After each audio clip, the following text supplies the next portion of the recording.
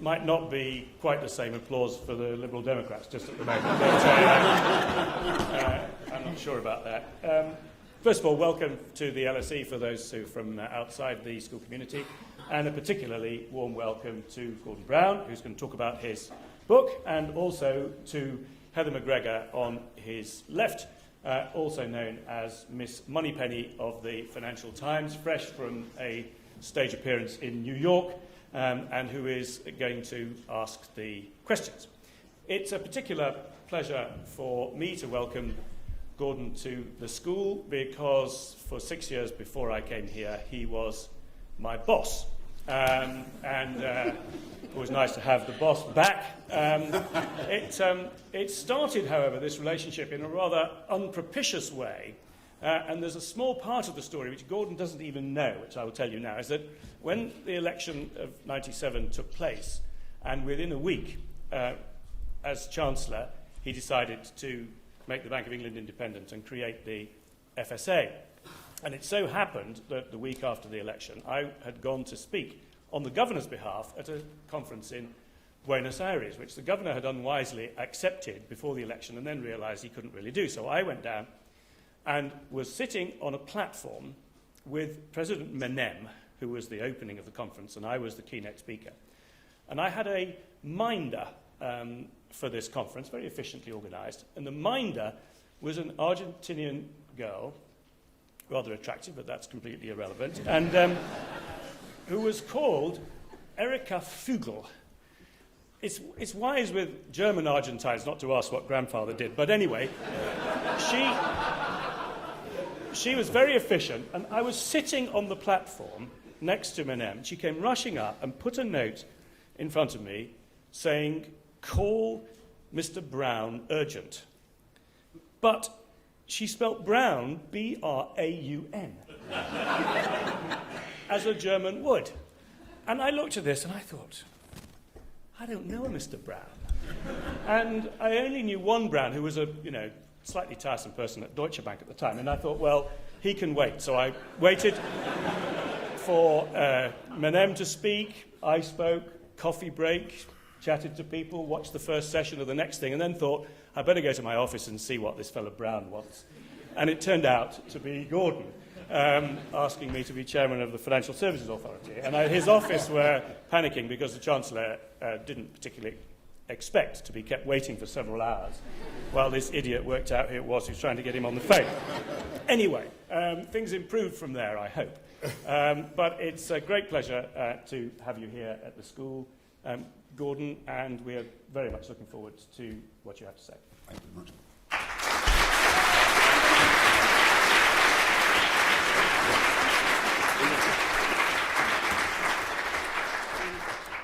Hello, I'm really excited to be here at the LSE to introduce Gordon Brown this evening. And as Howard just said, I write the Mrs. Moneypenny column in the FT. After what I've just heard, I'm sending Howard next year to New York to go on stage in my show. I think he'd get a lot more laughs. He's brilliant. I'm very pleased to see the paper on the front row over there. Of course, this is a newspaper, the Financial Times, which until about 3 years ago was read by a real minority of people because the financial world was something that most people didn't think affected them. And then that all changed, of course, for most people one horrible weekend in 2007. And all I would say about it is that thank God Gordon Brown was our Prime Minister at that time, because that's when we had to have decisive action. We didn't have any faffing around, any worrying about what would happen. He knew that what we needed was stability, and he knew what would happen if we didn't get it. And growing up, and I'm sure he'll talk about this, growing up he saw how a recession and how things that went wrong with the economy affected the lives of real people. And he knew that if he didn't make the unpopular choices, and there's a part of this book where he says that he, at one stage, got up in the morning expecting not to have his job that night. He knew that if he didn't make unpopular choices, we wouldn't be in the position we are in today of actually having a reasonably resilient economy for all of the grief that we hear about. So I personally like passion and conviction in my politicians. I like people who want to change the world for somewhere better. And I can't think of anybody who embodies that more than Gordon Brown, who is here to speak to us tonight.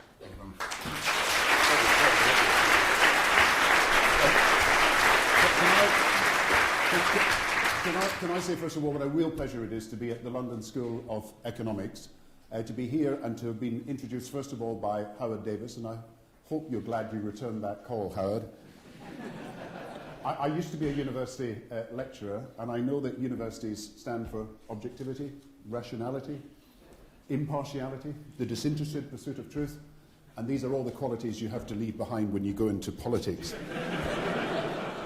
I'm delighted also that Heather is going to be involved in this discussion with us this evening, because, as Howard has said, she is not only a writer, she's a businesswoman, she's an executive of great distinction, she is also a playwright and also a superb actress. And so when talking about polymaths, I think Heather beats them all. Now, I've had a bit of time for reflection, not necessarily voluntarily.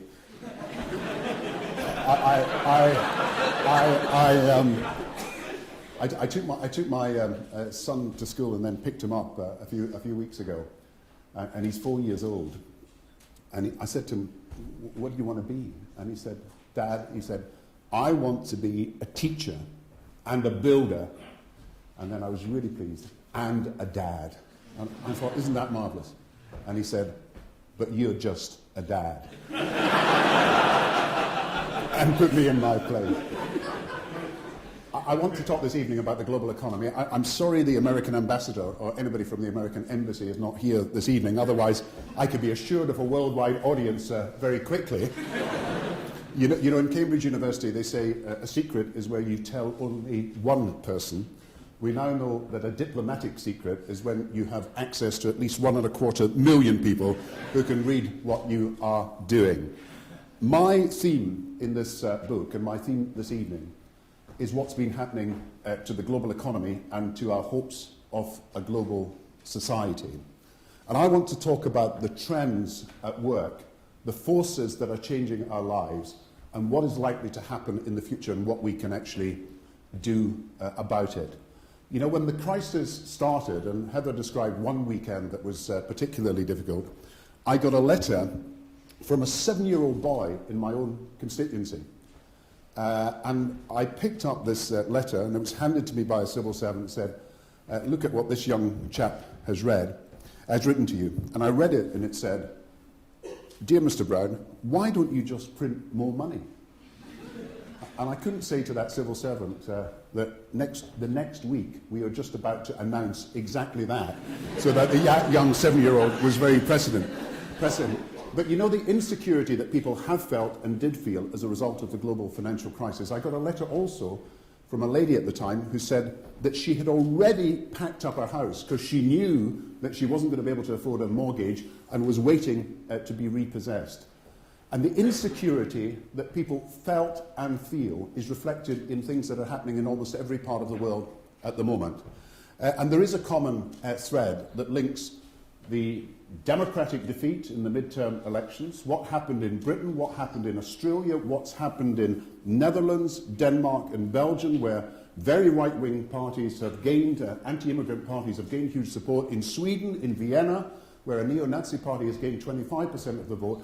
And there is an insecurity around the world where people need answers. And there is a thread that links also all the events of the last few years. What happened at Lehman Brothers, what happened to Northern Rock, what's happened to Irish banks, what's happened to the Greek debt and Greek finances, why the recovery has been so difficult in so many countries. And I would like to suggest that the thread is not what we commonly think of or are told are the common threads, debt and deficits. That is only a symptom of a bigger change that is taking place. And the real underlying force at work in our society right across the world is that we are witnessing the biggest and the most irreversible shift in economic power that we have ever seen in the history of the world. And it is that underlying force that is creating the insecurity, but is behind many of the events that we have seen over these last few years. Now, what do I mean? For 200 years, 2 centuries, Europe and America have monopolized world economic activity. So the majority of the world's output, the main part of the world's manufacturing, the main part of our trade and exports, more than half of our consumer spending, more than half of our investment for 200 years has been occurring in America and Europe. And 10% of the population have been producing and manufacturing and exporting more than 50% of the world's goods and services over that period of time. And in 2010, something quite different is now seen as happening before us. And the rest of the world is now out-producing, out-manufacturing, out-investing, and out-trading Europe and America. And this is a huge shift that has taken place in the world economy, and it has happened as a result of two big forces that have been at work for a few decades and have now, with irresistible force, have now changed the world for good. The first is the global flows of capital. So capital will flow to those areas where it can get, obviously, the best return. And the second is the global sourcing of goods. So goods and services, but particularly goods, sourced in the place where you can get the cheapest and most cost-effective production. And that has meant that China, India, Asia, Brazil, South Africa, Russia, many countries are moving forward, and you will never have a situation again where the West has monopolized the world's economic activity. And that means, of course, that jobs are at risk. It means that industries are under pressure. It means that companies have got to change the way they react to events and the way they plan for the future. It means that opportunities that people have taken for granted are also under strain. And it means that we in Europe and America particularly, but the whole of the world, has got to think about what it is going to do to respond to this irreversible force that is changing our lives for good. I've been in China and India fairly recently, and you can see the confidence. If you actually look at opinion polls that are taken all around the world, then it is very surprising that the countries that are the wealthiest, that is Europe and America, are the countries that feel least secure about the future, least confident about the future, and even consumer confidence is higher in countries like China and India than it is in Britain or Europe and America. I actually met the Indian Trade Finance Minister when I was in India a few months ago, and he was telling me he'd been in China a few weeks before, and it had been snowing, and therefore he'd gone into one of the international shops to buy what he said was the best black cashmere coat I could get hold of. And they showed him something, they named a price, it was only $200, very cheap, he thought at the time. And then he said to them, but there's no label. And they said to him, well, what label do you want? Burberry, Armani, Dior? You choose. Now, that is India and China, and India saying that it's got something on China. But the important thing that we're witnessing is India, China, Asia moving forward, but moving forward to the point at which the rest of the world produces more, manufactures more, exports more, and invests more than Europe and America. But the one thing they don't do is consume more. So even at the time at which the rest of the world produces more, Europe and America are consuming most. And that is the reason why the world economy is so unbalanced at the moment, and why we have the currency wars, the trade wars, the export wars, and everything that is happening. Now, what does it mean for the future? If I was simply to stop there, you would think the story in Britain, America, Europe would be one of decline over the next few years, at least relatively in relation to the rest of the world. But there is a second force at work, another massive transformation that is about to take place, and something that will change again the world for good and make it completely different as we face the future.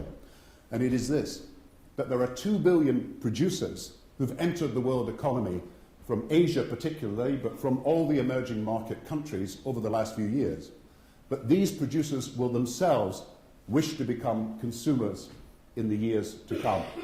And the latest estimates is that China will be consuming more than America by 2020. The latest estimates are that the non-Japan part of Asia will be consuming a third of the world's consumer products by 2020.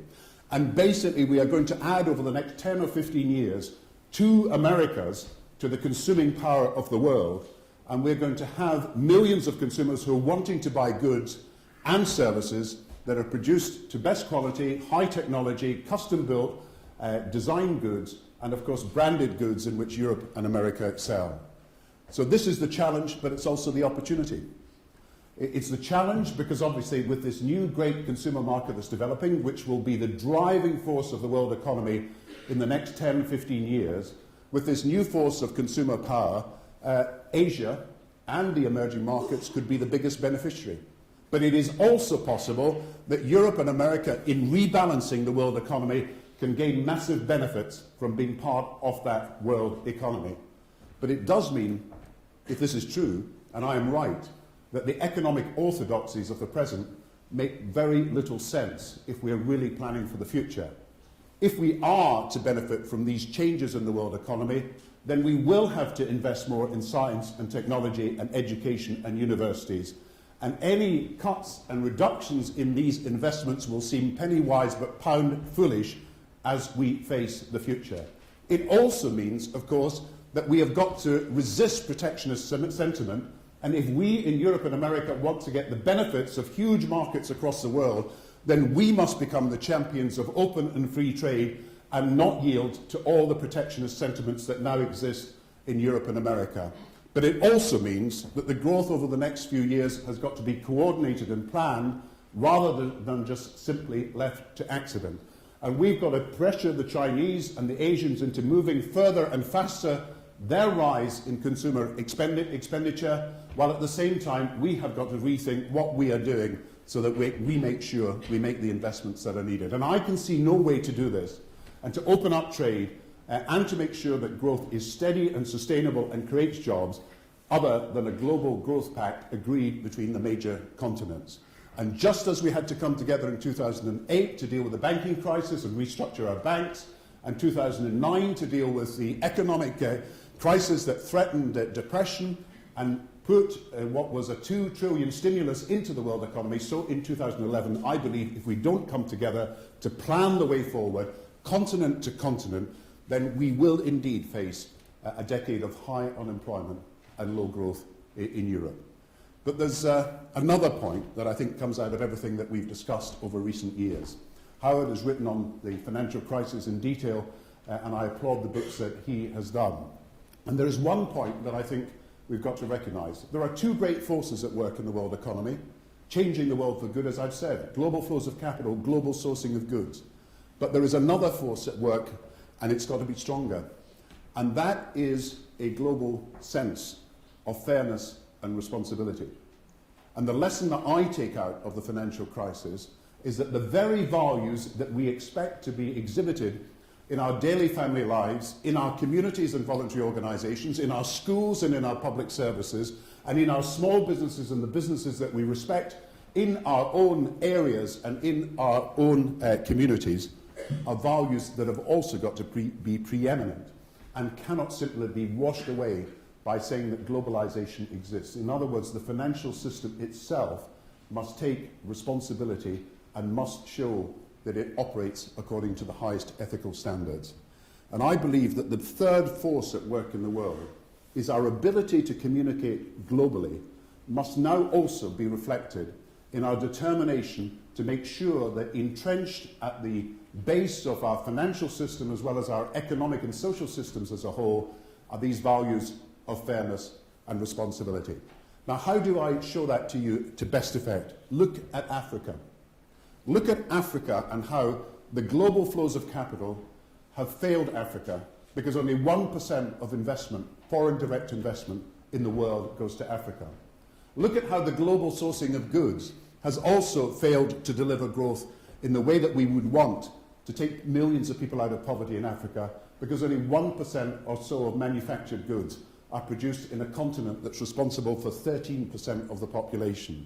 But we know that if Africa is going to grow sustainably, and indeed all the developing countries are going to grow and take millions of people out of poverty and make globalization work for ordinary people instead of working against ordinary people, then we need economic arrangements that are underpinned by these values of fairness and responsibility. Africa can grow, and Africa can create jobs and take millions of people out of poverty in the next few years. And there are signs that African leaders are determined to do that and are planning measures that will make that happen. But we, in the developed countries, have got to be there working in partnership to make sure that the values that underpin the new financial system and the new world economic order include these values of fairness and responsibility as well. Now, I've had the pleasure and the privilege of dealing with many African leaders over the last few years. Nelson Mandela, I count as someone who I have had the privilege, because of the offices I held, to know well and to know his family well. In fact, when Nelson Mandela came to London for his 90th birthday celebrations, I had the privilege of sitting next to him as that great concert that many of you will remember took place in Hyde Park to celebrate the birthday. And I was sitting there explaining to him all the different artists and pop stars that were coming on the stage and trying to explain what they did and where they came from. And it came to Amy Winehouse. And there was no doubt that Nelson Mandela was interested in Amy Winehouse. And he was looking very carefully through the television screen as well as on the stage at what she was doing. And then he was asking who she was, and as I started to explain, she answered the question for herself, that he asked for herself. And she said, Nelson Mandela, she said, and my husband have a great deal in common. And she said, both of them have spent a lot of time in prison. and when they were singing Free Mandela, she was singing Free Blakey, my fellow. Then a few months later, we awarded Nelson Mandela's wife, Gracia Machel, who is a brilliant and wonderful woman. We awarded her the damehood of the British Empire for her services, particularly to education and to helping children in conflict. And so the award was to be given to her. My son, John, happened to share the same birthday as Gracia Machel, and for years they have exchanged presents on the same day, and they send cards to each other and everything else. But Gracia was awarded the Commander of the British Empire, the damehood. Paul Boating received a parcel from the British government. He decided to have a huge celebration of Gracia's damehood, and he invited all the other ambassadors and high commissioners, and invited all Gracia's family and others to the High Commission so that he would personally present this new award to her.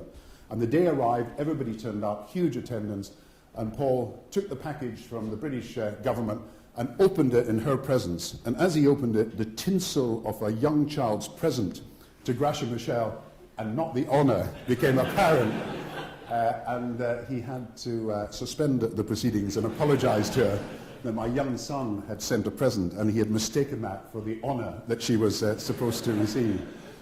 But let's be honest about the world as we see it in the future. Too many children are dying early deaths. Too many people, mothers, are dying in childbirth. Too many children, 70 million children, are still not going to school. 1 billion people are still in poverty. 1.5 billion people live without sanitation. 800 million people live without water. More than 1 billion people go without the necessary provisions of life, and many others are in relative and not absolute poverty.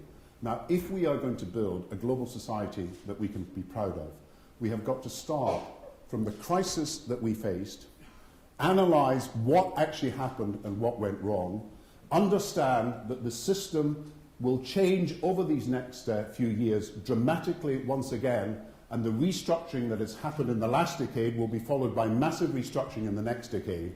But recognise also that we've got to underpin the global system of the future by strong values that people right across the world can communicate with each other about, believe in, and demand that the politicians apply. So I'm not just launching a charity book this evening. What I'm saying is that there is a cause. And what I'm saying is that there is a campaign around that cause, that it is possible by common action around the world to create probably 50 million extra jobs in the next few years, 100 million people taken out of avoidable poverty, growth far higher than what was deemed possible. But we've got to understand that the policies have got to relate to the economic challenges that really exist in the future, and how we tackle them with new approaches is absolutely essential to what we do. One of the great privileges I've had over the last few weeks is to be at Harvard University and to have contributed to a memorial to President Kennedy's life. It will be 50 years next year, next January, since that great inauguration address that he gave. And some of you may have read the inauguration address that is held to be one of the greatest speeches of all time. Ask not what your country can do for you, ask what you can do for your country. The torch has passed to a new generation. Never negotiate from fear, never fear to negotiate. Some wonderful words that suggested how a new world could be created.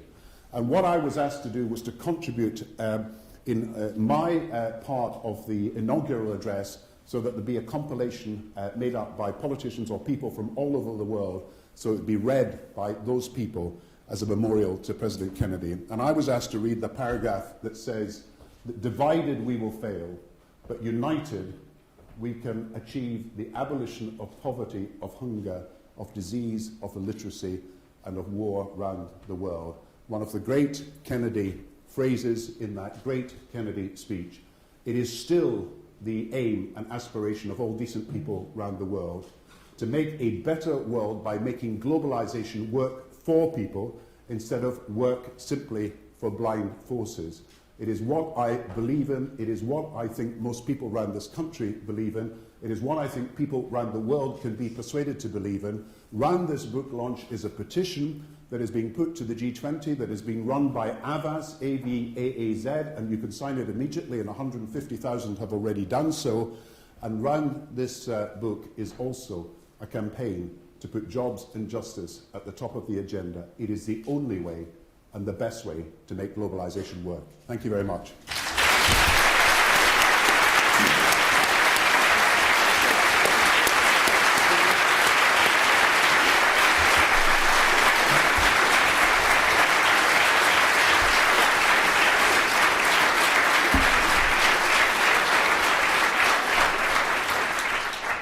Thank you very much, Gordon. I have to say, I'm absolutely delighted that so many people are here tonight to see the Gordon Brown that I've known for years and years, the warm, the funny, the absolutely passionately committed to making the world a better place. What we're going to do now is have some Q&A. We had a plan that we would finish at 7:30, but we started a bit late, so we will finish a bit later. I've got 3 questions. I'm going to ask 2 at the beginning and 1 at the end.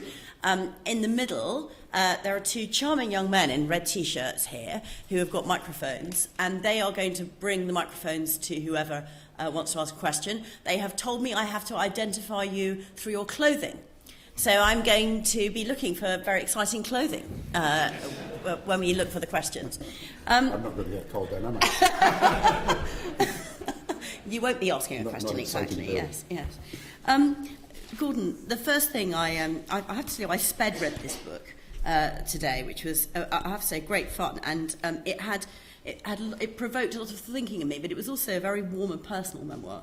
And you address right at the beginning why you wrote it, and that's the first question I want to ask you. You talk about why now, but then you say, why at all?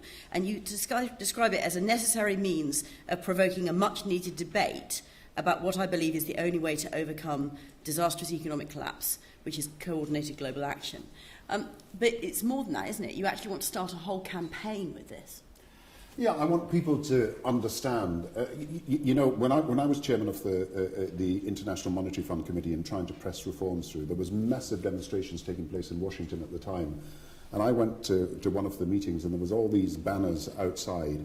And one of the banners summed up the problem that we face. One of the banners actually said, "Worldwide campaign against globalization."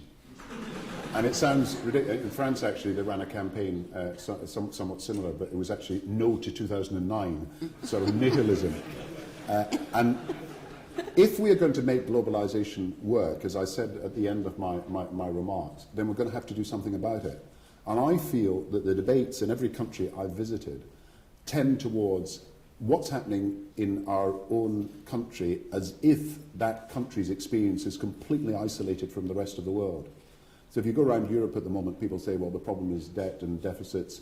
If you go around America, they say the problem is too many Chinese imports into their country. If you go to Africa, they say the problem is that nobody's prepared to invest in our country. If you go to China, they say that American currency sort of practices are damaging them. But if you actually look at what is the underlying truth about what each country wants to achieve, China wants to tackle poverty and build its middle class. India wants to tackle poverty. No industrializing country in the 19th century, like Britain or Germany or France or America, committed themselves to the abolition or the substantial reduction of poverty in the way that these countries have done so. And America wants to restore its middle-class dream, its dream of opportunity for all. Now, it seems to me that by the world getting together, the American idea of investing in the future and giving people better opportunities, and the Chinese and India idea that they can actually tackle poverty together, as the East consumes more, then both these objectives can be achieved. So it makes common sense, in my view, to show that what's in the national interest of each country is also in the global interest and can benefit the rest of the world. So I feel that there is a mission, because I feel that, look, I'll be honest, we did not manage to communicate this message in an audience over these last few months, and particularly during the time of election, in the way that I wanted to do. We couldn't persuade people that the issue was about how we grow our economy for the future and how we create new opportunities for people to benefit from this huge middle-class revolution that's going to take place in Asia. And therefore, the debate in Britain, just like the debate in all the other countries, became insular and became one that was almost self-contained, as if the world didn't matter. Now, I think that I've got more freedom now to talk about the issues that matter around the world, and I can see the link between that poor person in Africa, that person striving to get a home in China, and that person worried about their unemployment in America and Europe. And therefore, to link the needs of these different continents, where poverty is the problem in Africa and Asia, where inequality is the problem in America, and where unemployment is the problem in Europe, and all three problems have a chance of being solved by a global growth plan that we can agree together, is indeed something that I think is worth everybody thinking about and worth campaigning for. Now, I've had the great privilege to hear you speak at the last two UN General Assemblies, and it always struck me that you had a great rapport and with all the other leaders that you were with when on the subject of things like Africa. So what do you think is going to be the biggest barrier, though, to change in somewhere like Africa? Well, I think the biggest barrier around the world to everything that we're talking about this evening is the protectionism of the mind. It's really people being protectionist in sentiment. I think the worry in Africa now, I'll be honest, is that people feel that the West is not going to be able to keep its promises and doesn't keep its promises. And I think we've got a problem over these next few years, because we've got Millennium Development Goals that are not going to be met unless something changes, unless something gives. And we have committed ourselves to helping Africa and the developing countries get every child to school. But as things go, there will be more young people not at school in Africa in 2015 than today. And we have committed to huge reductions in infant and maternal mortality. And while some improvements have been made, not enough is being done. So I think the great problem we face in Africa is that Africa will start to look towards China and Asia and not towards America and Europe. And of course, if Africa cannot deal with its problems of inequality and poverty, and if people become even more resentful about the injustices that are visited upon them in Africa, then there is also a security problem, because there is no doubt that Al-Qaeda is trying to make progress in different countries in Africa. And I went to school in Nigeria, in Abuja, where it was in a completely dilapidated condition, and people were being asked to get education. All the children had great ambitions. They wanted to be architects and doctors, and they wanted to be scientists. They had great ambitions. None of them wanted to be a politician, by the way. They all had these great ambitions. But there was no chance of being successful because of the quality of education. Then up the road, madrasas had been started by an extreme Islamic group, and people were getting free education and getting the best of facilities. And this is one of the challenges we face in Africa. And we've got to be realistic about how our failure to deliver and to help in a partnership with Africa to make sure they enjoy the fruits of globalization leads to the cynicism and disillusionment that will force Africa, or allow Africa, unfortunately, to become partners with other countries than America and Europe. So that is a big problem. Okay, right, yes, okay, I'm going to get really good at clothes here. So we're going to start with the gentleman in the grey, presumably cashmere sweater, and then we're going to go to the gentleman in the red hoodie over there. Right. Would you like to say your name first? Thank you very much, Mr. Brown. My name's Teddy Nicholson. I'm a third-year undergraduate in international relations here at the LSE. You talked a lot in very broad, very sweeping terms about the future of world economics. I'm just curious about your view of the future of world politics and whether you think that the huge change in economics we're going to see, the huge rebalancing, whether you do think that is going to be accompanied by a global liberalization of the new economic powers in the world. I think what's going to happen to politics is that people are going to be very critical of incumbent governments because they don't see governments providing the answers that they want. You know, why is it in 2010, in the most technologically sophisticated age that we have ever lived in, where the ability to communicate and to work globally is so obvious as a result of the huge advances that have been made, where people have generally more material prosperity than ever they have had, why is there so much insecurity? And if people can't answer that question and try to provide only national answers to what are global problems, then they are bound to fail as politicians and unable to get the support of their people. And that's a trend that you can see in almost every industrialized country in the world. And I think as we look to the future, unless we can provide answers, which means that you've got to have global solutions as well as national answers to the problems that we face. And I would tell you that I don't think you can have financial stability in just one country now. If you have financial instability in any part of the world that is at least has a major financial centre, then it's got to be dealt with at a global level. You can't solve climate change without global action. I don't think you can solve the problem of growth without the ability to trade, which requires international agreements. And that's why I say that unless people face up to the fact that national problems require global solutions as well as national solutions, then incumbent politicians will be in difficulty. As far as economic ideology is concerned, what's happened, if you like, over the last few years is that the barrenness of a totally free market ideology has been exposed, that in every generation you've got to have a good relationship or a new type of relationship between individuals, markets and government, and we're having to settle a new relationship between individual markets and governments in which governments are not overpowering but are enabled to do things that are necessary to ensure both stability and prosperity, and where markets operate according to values. So I think the real change in the 21st century is that the 20th century was about battles between markets and states. So you had governments and parties supporting markets and others supporting, if you like, government power and market power. In the 21st century, I think culture, values, ethics are going to be far more important, and markets and governments will have to operate towards to ethical rules that can be agreed not just at a national level but debated at a global level as well. So that's how I see ideology changing over the next few years. Good evening, Mr. Brown. My name is Philip Gardner. I'm a first-year student studying history and war studies at King's College London. And you have always identified a link between inequality and education and economic growth.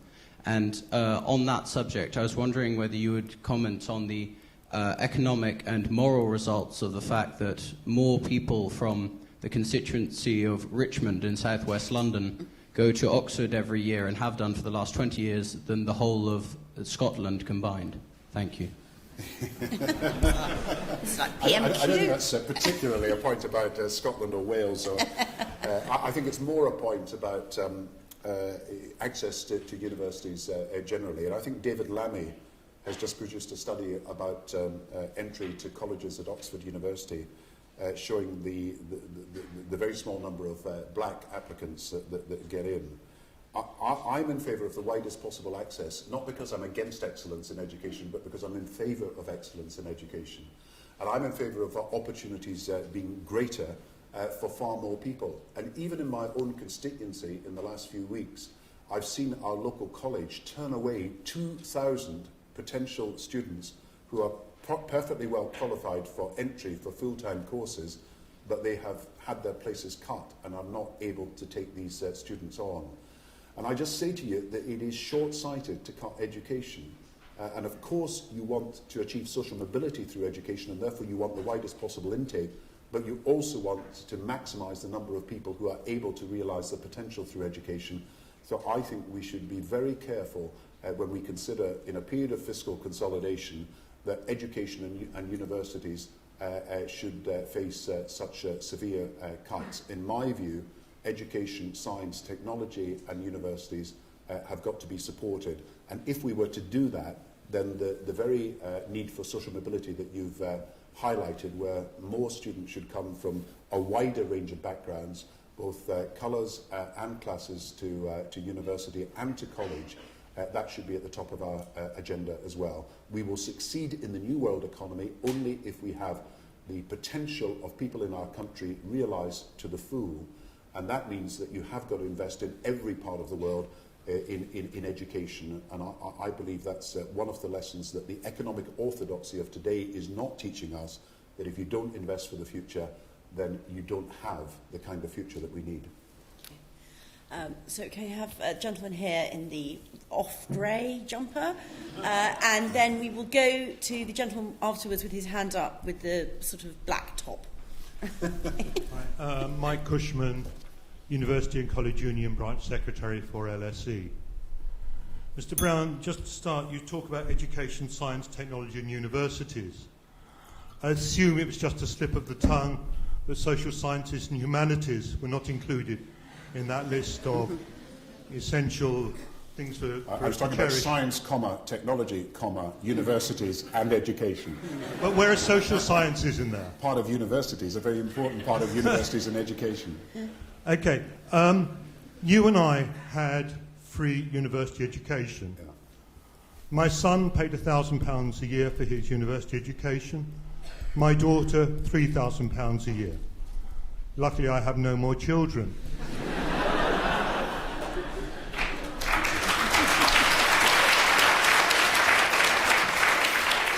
Do you not feel that the universities policy of the Labour government set us on the disastrous slippery slope downwards towards a university system that ordinary people will not be able to afford to go to? But surely the principle is this: nobody should be prevented by reasons of finance from realising the potential at college and university.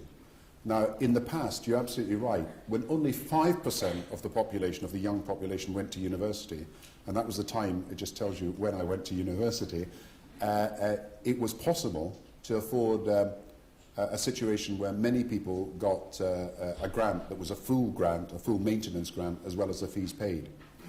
In the new world, when we want 50% at least of young people to be able to go to university, it's clear that the partnership for paying for that university has got to be thought in a new way. And I think it was right to say that just as in the past, parents and government shared the cost whenever it had to be borne, so that people should not be discriminated from going to university by reasons of the finance, so in future, that people who are going to graduate and earn more as a result of graduating, and it's 50% more over a lifetime on average that people earn, should contribute. But the question is, and this is what we're debating at the moment, whether the arrangements become so difficult and so punitive that large numbers of people are discouraged from going to university. And that is the problem that we face at the moment. I think it's wrong to cut education in universities at the moment, and I think it's wrong to have a system that is, in a sense, making it very, very difficult for many people to contemplate the level of debt that they're going to have after they complete university. So I don't agree with you on the principal question. I think now that you've got 50%, you've got to share the costs. But I do agree with you that we must make sure that in every decision we make, there is no financial barrier to people being able to contemplate university and indeed college, because that is important as well. And I think that is still the principle that must underline our thinking. And that's why on Thursday I will vote against the government on the issue of tuition fees.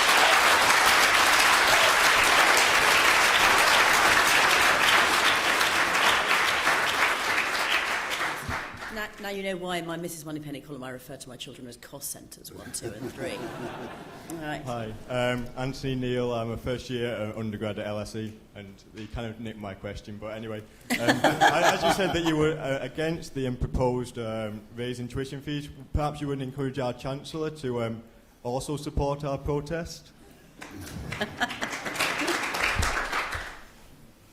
Well, that's a question for the Chancellor. Where's the Chancellor? I know.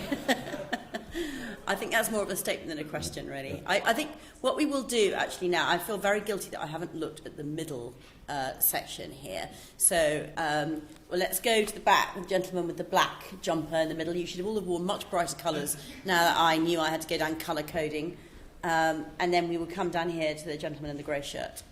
Good evening, Mr. Brown. The government announced today plans of cutting international student immigration into the country. Firstly, do you think it's a bit ironic that in the age of globalization, Britain is closing its doors from international students from overseas? And secondly, how far do you think this would affect the sort of globalized economy that you are campaigning and advocating? I should perhaps have said when I was speaking that I think education will be our biggest wealth creator in the years to come. So at the moment, we have a number of big industries. But education is going to increase in importance, and that means that we have got to get the benefit from, there are probably about 6 million potential students who wish to study overseas from the place in which they were born or brought up, and want to consider either a British, American or other university away from their home. We now have about, Howard was telling me, 90,000 Chinese students in Britain. We've got 20,000 Indian students. There is an overseas student market of 2 million people at the moment. It will rise to 6 million. We've got 15% of it. It should rise in the years to come so that we are capable of taking more international students in Britain. It's not just good because it's a wealth creator, it's good because it means that people can actually exchange views across different religions, across different faiths, across different national identities, across different cultures. And I believe the idea for global university, and LSE is one of them. There are others that have got different portals of entry around the world where they are offering students the chance to start in one country and finish or do some part of the studies in another country. That is going to be the way of the future. So, yes, I agree with you. We should be encouraging international students. That means that universities have got to be in a position to take not just British students, but take international students, and it's a very high percentage here in the LSE that is offered a chance to study here. But it means that we've got to think ahead, and to cut investment in education makes absolutely no sense to me at the moment. If you're thinking about the new global economy, and not just about what happens next month and next year, you've got to think about what are the crucial ingredients for the growth that we want to create. And clearly, investment, but educational opportunity and exporting our educational talents is going to be very important. So I look for more global universities from Britain, and LSE is obviously one of the leaders. I agree with what you've said. Thank you. So we're going to come down here, actually, now to the fourth row in. The fourth row in here. It's great. And then I know that the lady at the very end of the front desk here in the black scarf would like to ask a question, and after that we'll take two more. Hello, my name is Mustafa Izzuddin. I'm a PhD student in international relations at the LSE. I've got two very brief questions. First is, now that you have left the corridors of power, and much of what you have said, or what you have presented today, is very relevant in today's context. How much impact do you realistically hope your book can achieve, both domestically and globally? And the other question is, it's quite striking that in your presentation, you've not mentioned the European Union. How much does the EU feature in your global economic thinking? Thank you. So pleased to hear, by the way, that it's a whole chapter. and the other thing to say is this book will start making a very big impact if you all go out and buy it and get it signed. Okay. You know, the attitude of Britain to Europe was summed up by this Eurosceptic MEP, member of the European Parliament, doing a debate on radio about his views on the euro and his views on Europe. And this interviewer kept saying to him, why are you so against Europe? Why are you so against the euro? Why are you so hostile to Europe? Why do you sort of come out against Europe all the time? And he said, is it ignorance or apathy? And the guy replied, I don't know and I don't care.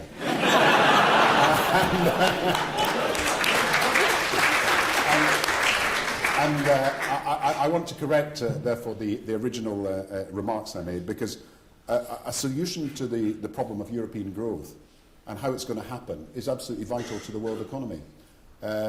I fear, to be honest, a decade of high unemployment in Europe. European unemployment is around 10% at the moment. Youth unemployment is 40% in Spain. It's very high in many other countries as well. And I fear the combination of three problems is going to make Europe's development very, very difficult over the next few years. The first is obviously the deficit reductions that are taking place. The second is actually something that is not talked about so much, but it is a cause of many of the deficits, but it's still an underlying problem. I don't know if Howard agrees. It's the liabilities that banks have, and it's liabilities that they have not just in the peripheral countries, as they call them, Spain and Portugal and Ireland and Greece, and these liabilities are very high. It's the liabilities that banks in Germany and France and right at the core of Europe have as well. And we know that many of the European banks bought huge amounts of subprime mortgages from the States. We know that they're involved in big commercial property investments that have gone sour, and we know also that they own a large amount of Spain, Portugal, Irish and Greek debt. So there are bank liabilities that have got to be dealt with. And the third thing is almost the structural impediments to growth. Now, the reason I did not favour joining the euro is because I saw that with an inability to adjust your currency, and with an interest rate that is set to suit 16 countries, 17 soon countries in the euro area, and therefore is a one-size-fits-all interest rate, and with the difficulties of achieving structural reform in the European countries, I felt the euro was too inflexible for Britain to be able to benefit from membership. And I felt that if we were to be in the euro, we would have been forced into far higher rates of unemployment as a result. Now I think the rest of the euro area has got to come to terms with the conclusions that we reached.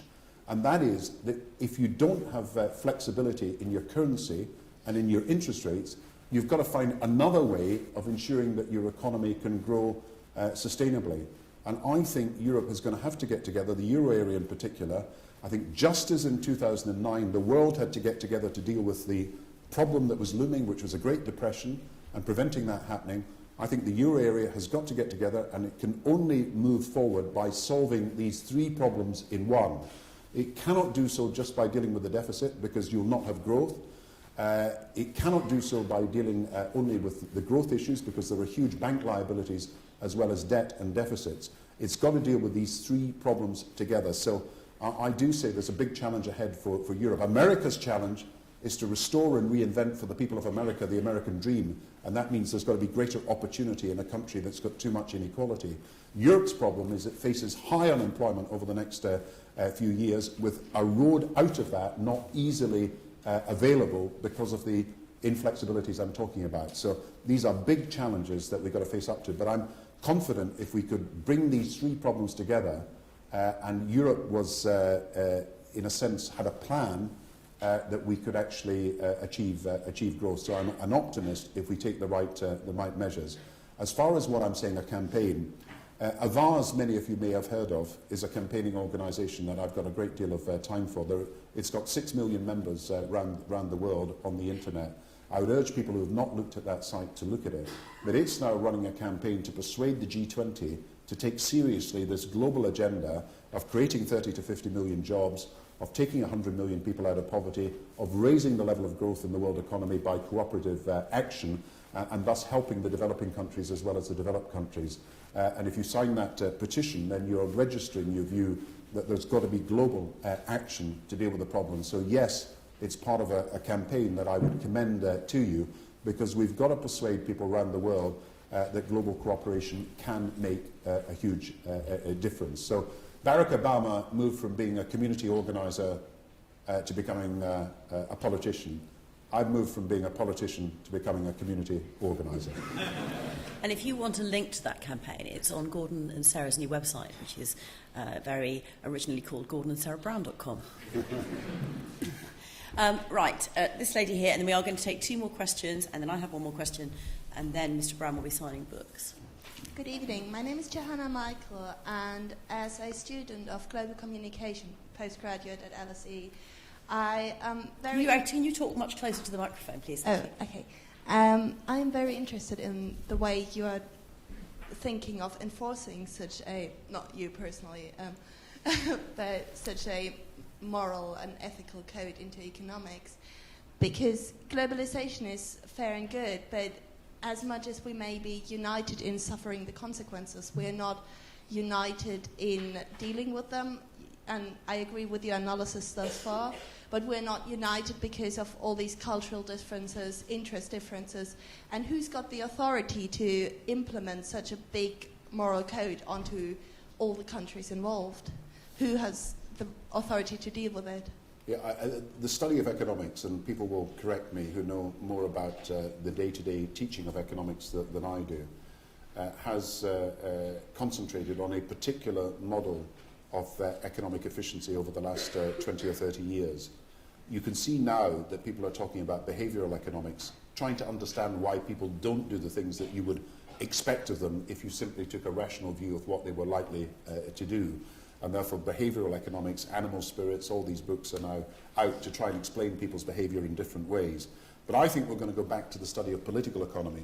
I come from Kirkcaldy, which is the town where Adam Smith was born, and he was in a sense the modern founder of the study of political economy. And he always thought, you know, a lot of people have forgotten about Adam Smith. Even when you go to Kirkcaldy, some people think he's a pop singer and not an economist. There used to be, as you came into Kirkcaldy, the town I was brought up in, a sign saying Kirkcaldy, birthplace of Adam Smith. And then a few years ago they changed it to Kirkcaldy, twin town with a place in Europe. And Adam Smith's name was taken down. But I think he's going to come back into fashion because his book, The Wealth of Nations, was underpinned in his view by his more important book, The Theory of Moral Sentiments. And that was a theory of how people can be persuaded to act in a way that is moral and in a way that can actually bring the greatest benefit to the community. And I would say that if we're thinking ahead, I cannot foresee a situation where the banking system is going to be stable, and it's been particularly volatile in recent years, unless there are global rules, unless there's a global constitution of principles, rules and standards. Because I cannot see how countries that are doing the right things are going to tolerate a race to the bottom in standards in areas where there is no regulation or where their regulatory or tax havens exist. So I think the way ahead is to think of political economy, to think of global standards, to think of a constitution for our financial system that people can agree globally. And you ask where the momentum for that will come from. Well, there's two ways. One is that the international institutions work better, the G20, which we've created as a leaders movement, the IMF and the World Bank, and that is possible, but I think probably the more effective way, and I'm speaking from someone who's experienced what's happened inside these institutions, is the pressure that will come from people in countries, because people will want solutions.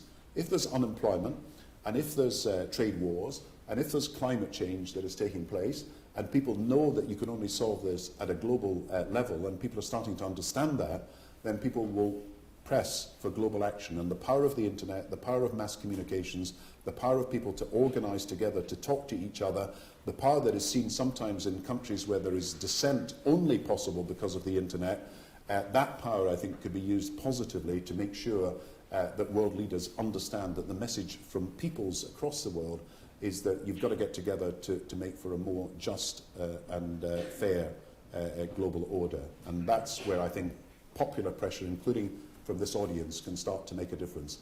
I talked to a Chinese leader, I'll not say who it was, and he said to me that the internet would fundamentally change China. And what he meant was that people emailing, organising across the internet were going to force changes in the way China was politically organised. And if that's being said by Chinese leaders, it's also something that I think we should take up here in the West. Okay, now I'm actually going to take one more question, and I am deliberately going to take it from the person who's wearing the brightest item of clothing.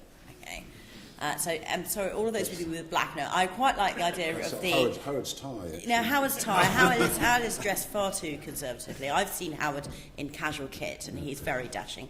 Right, I'd like the gentleman with the blue and white checked. I mean, all of you with the bright green and the bright purple. Why didn't you put your hands up? Anyway, okay. Thank you for the compliments. Hello? Okay. Yes. Hi. Sir, I have a question for you.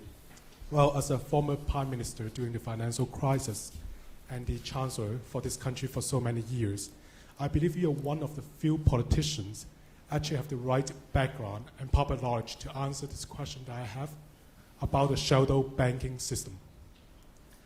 The shadow banking system has been shaking from 20 trillion to around 16 now, and still 4 trillion larger than the traditional banking sector. And in the past few years, it has been a major source of funding for a lot of mortgage loans, auto, credit card, asset-backed. But at this point, there's still no regulation about this sector, which is, I think, is a quite dangerous idea. So my question for you is, what is your personal view, or what the government should do about this sector? Because we can't go on like this. Thank you. Do you want to take one or two more? I was going to say, we might just take a couple more just questions. Very briefly, because we do want to get out of here at a time that you can then all meet Gordon outside. So, okay, you get to ask a question you have a stripe on. Lady with the stripes, yes? And we'll like the man with the green jumper, okay? If you can make your question as brief as possible, and then the man with the green jumper, the bright green jumper over here. Okay. Thank you. My name is Maria Steva. I'm doing a Master's in Development Studies here at LSE. My question is related to the previous one. Could you please comment on your previous government's role in the lack of sufficient regulation of the financial markets? And given that financial liberalization starting in the 1970s have led to a massive increase in income polarization and in the rise of the frequency of economic crisis, especially if you compare it to the Bretton Woods period. Could you please share with us how you envisage a new type of financial system? Yep. Okay, and gentleman in the bright green sweatshirt here.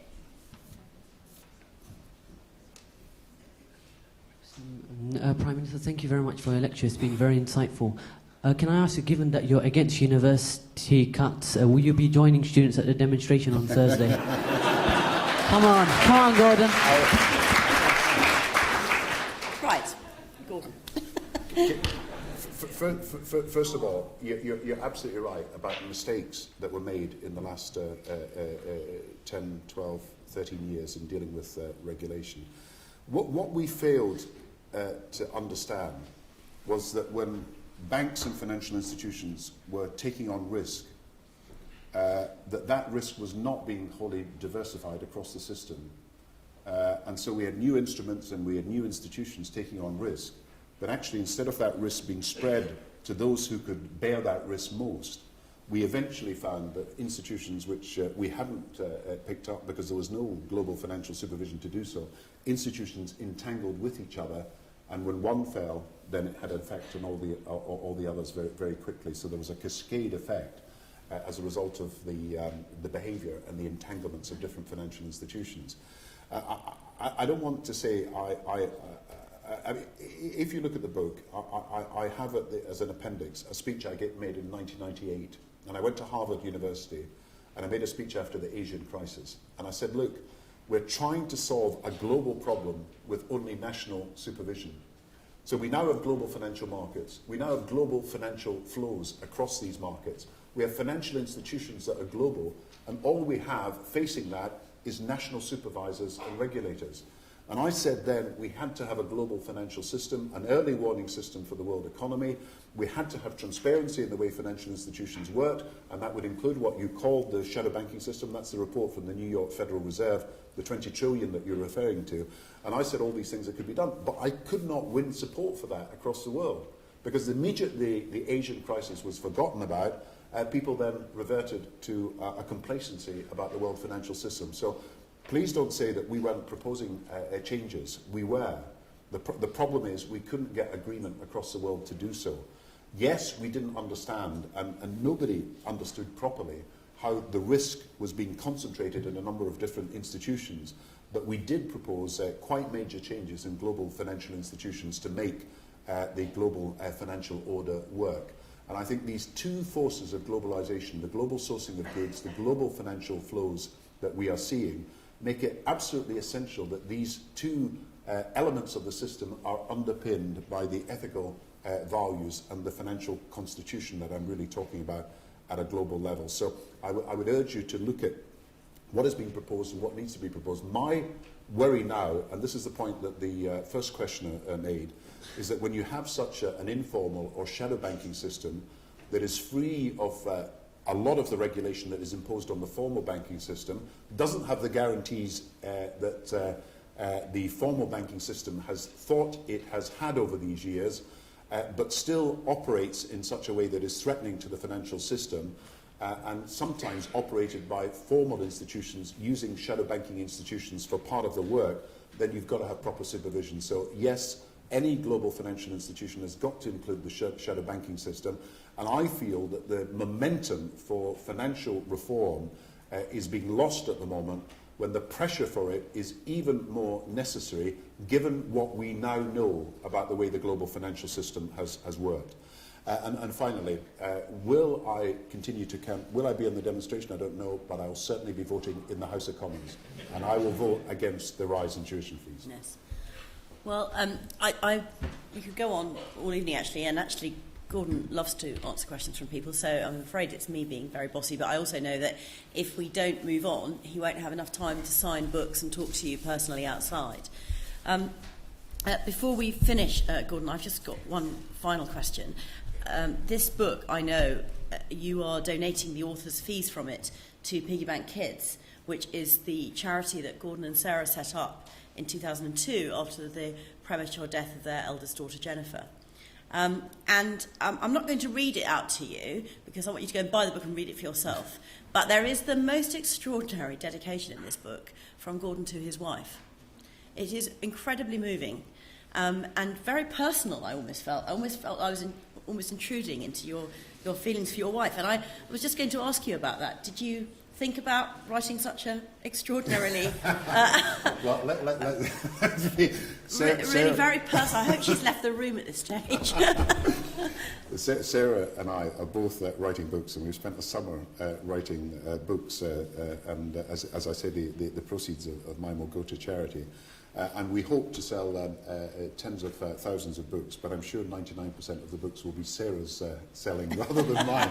So I just think that the charity that we're committed to is about helping mothers and helping children, and we want it to go international as well as national. But I've already seen some of the projects where we're preventing early deaths, we're tackling maternal mortality, and making it possible for children who previously would be born with defects to be born in a way that means that they can sustain a full and healthy life. So that's the purpose, and I'm not going to say what I said about Sarah. That is something. It's on page 15 of the program, okay? Because I know some of you already got this book and you're flicking through it frantically.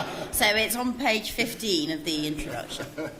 Can I say a very big thank you on all of our parts to the Prime Minister, an MP since 1983, and he's gone back to being an MP. He's an incredibly committed constituency MP, a wonderful father, a wonderful wife, and a fantastic speaker. Thank you very much.